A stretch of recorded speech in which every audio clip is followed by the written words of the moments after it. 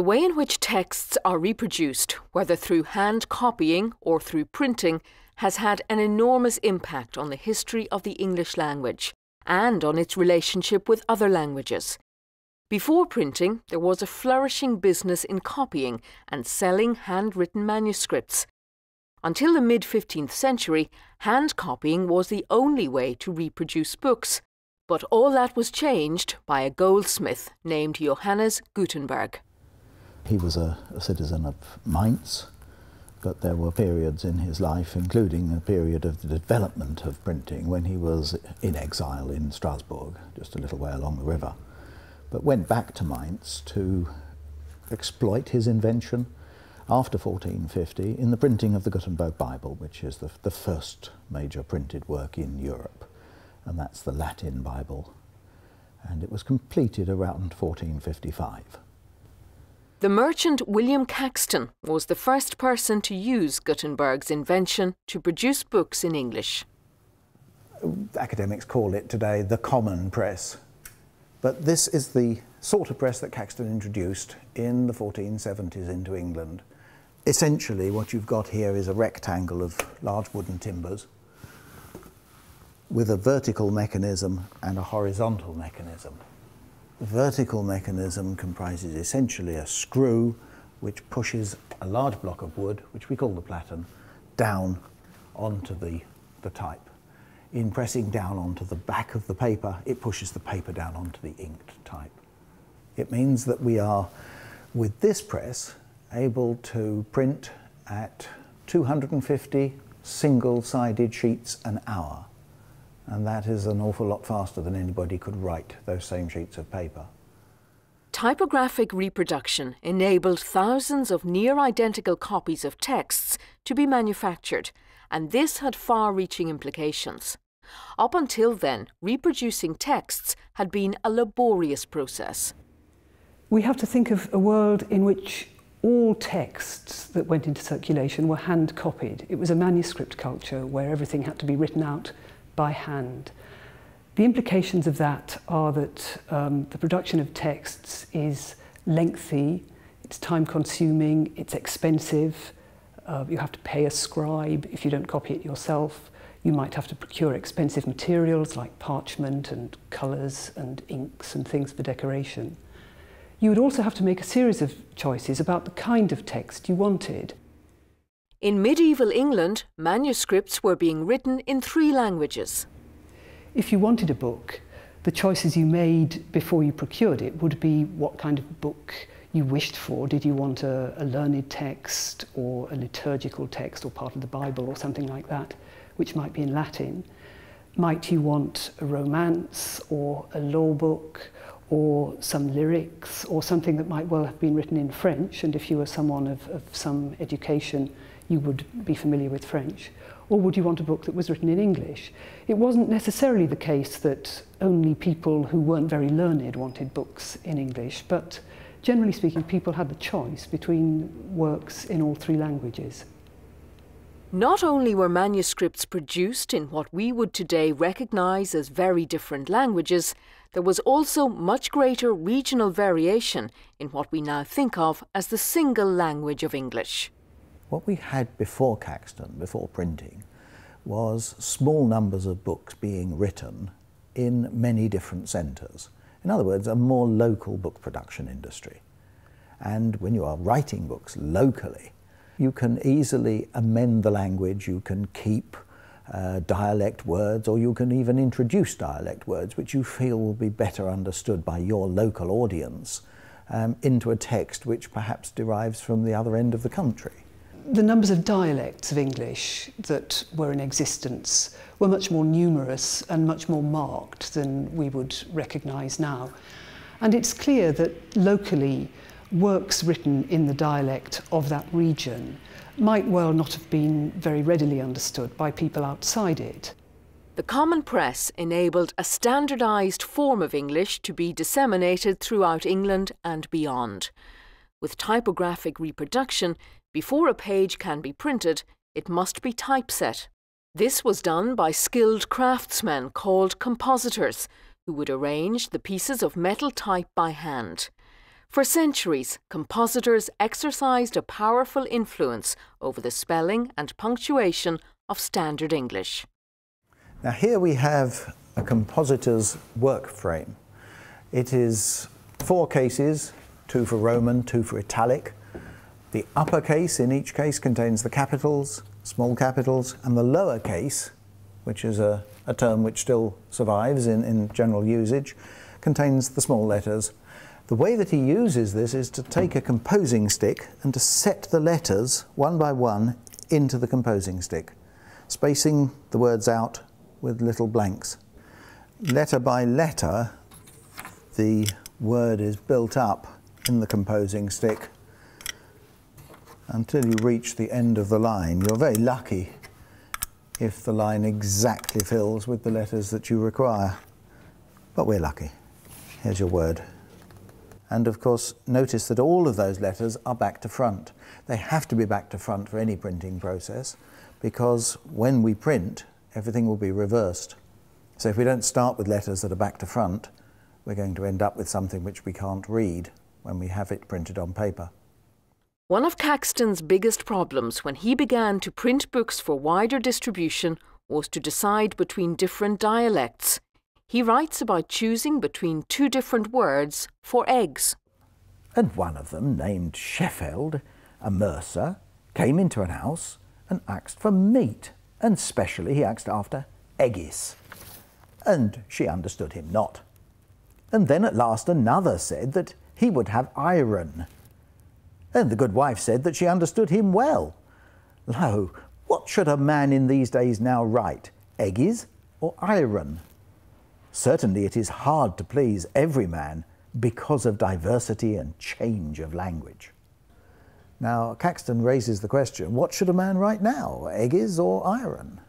In other words, he's having to choose between variant versions of a word, and is in effect stating a standard which has come down to these days. You know, he chose eggies and we're still using eggs as our normal word. We've abandoned the Germanic word I and its plural iron. If you can't even decide on the name of an egg, well then what about the more complex things that he's clearly going to be dealing with in his literary works? You know, it goes to the very fundamental root of vocabulary. As printing developed in the 1500s, printers began to favour one dialect over another, and this gradually led to a greater standardisation of the English language across the country. Since most books are printed in a fairly small area in the country for the first 50 years or so, the dialect in use there, the dialect in use in London and its surroundings, is going to be the dialect used in those books. It's going to be read by people outside that immediate area as books are distributed, and that's going to have an effect on the kinds of language they understand and use themselves. The initial changes perhaps took place quite quickly over one generation, but English spelling was not standardised until well into the 17th century. It wasn't really embodied in a work of reference until we get to Johnson's dictionary in the mid-18th century. Punctuation continues to be, shall we say, very personalised, even among typesetters in the printing industry, well into the 18th century. And it's not until into the 19th century that we begin to get the sort of style guide to the orthography, the spelling and punctuation, which all compositors and printers worked with then and with which we're still familiar today. This is an early edition of the authorised version of the Bible, King James's Bible. This is actually an edition from 1613, 2 years after it was first published. And what I have in front of me here is the very familiar words from the beginning of St. John's Gospel. In the beginning was the Word, W-O-R-D, and the Word, W-O-R-D, was with God, and the Word, W-O-R-D-E, was God. That is a perfect example of the variability of English spelling in the early 17th century. The reason why, in all probability, the reason why the third use of the word word has an E on the end is simply because the compositor needed to fill in a little bit of extra space so that the line was of the right length, the process that printers call justification. This is a facsimile of the first folio of Shakespeare. And again, I'm looking at a familiar passage. To be or not to be, that is the question. Whether 'tis nobler in the mind to suffer the slings and arrows of outrageous fortune, or to take arms against a sea of troubles and by opposing end them. Again, at those half-dozen lines, perhaps some of the most familiar in the English language, there are one or two things here which are very unfamiliar. Mind is spelt with a final E. Arrows with an E between the W and the S. Outrageous spelt with an I where we would expect an E. The punctuation is set in slightly strange ways. The comma here is right up against the E. The colons here are set with a little bit of extra space, and so on and so on. Why all these variations? Well, this was how this particular compositor chose to set this passage. Over time, the typefaces or fonts used for printing in English also changed. Caxton's books were printed using so-called Gothic type, more correctly termed black letter, which resembles late medieval handwriting. Eventually, black letter was replaced by so-called Roman type. Today, we find this much easier to read. This is an edition of Milton's Paradise Regained, Samson Agonistes and his so-called minor poems, which was printed by John Baskerville, who was one of the great English printers of the and letter designers of the late 18th century. These type designs were intended to be legible. And we begin to see something here which is in many ways a modern book. The book is printed in Roman type. The spellings, unlike the spellings we saw in the Shakespeare First Folio, are uniform. The principles of the capitalization are quite clear and actually very modern, so that we find it for proper names, for example, but not for other nouns. The type is regular.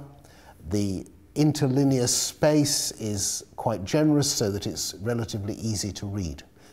There's one very specific thing that we see here, which is perhaps to most modern readers the least familiar thing about this book, which is the use of the long S at certain points in the word, and also the use of what are called ligatures, that's to say two letters printed as one, as we see here with ST and here with CT, and sometimes, as with the CT, in a rather flamboyant sort of way. But essentially, this is modern printing. The way in which texts were reproduced remained much the same for more than 300 years, until the early 19th century, when dramatic changes in paper and printing technology allowed for much larger print runs. One of the most important changes was the introduction of the rotary press.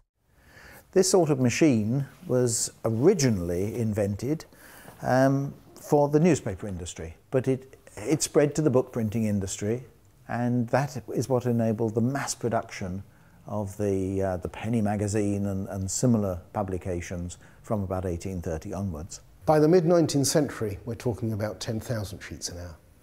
It's a change which is almost comparable with the increase in the speed of book production in the transition from manuscript to print.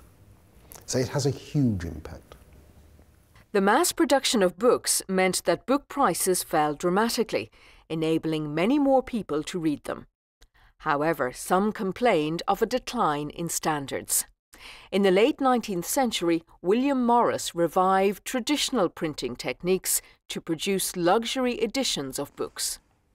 For his edition of the works of Geoffrey Chaucer, Morris designed a special typeface based on 15th century type.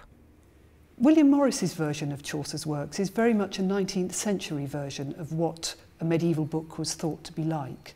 And it's a mixture, really, of a printed book and a manuscript. It's made with woodcuts, which are like early printed books produced by Caxton and other European printers in the first age of printing. But it's also got borders which help to make it look like a decorated manuscript. The text is a slightly modernised version. It's in Middle English, but it's got punctuation of a kind that Chaucer wouldn't have used. And very interestingly, the picture of the author here at the start of the Canterbury Tales is very much a picture of a 19th century author. The author here, who is presumably Chaucer, is depicted with a very small book and a pen in his hand, as if he's actually composing and writing down as he's pictured here. In practice, we have no idea how Chaucer wrote the Canterbury Tales or any of his works.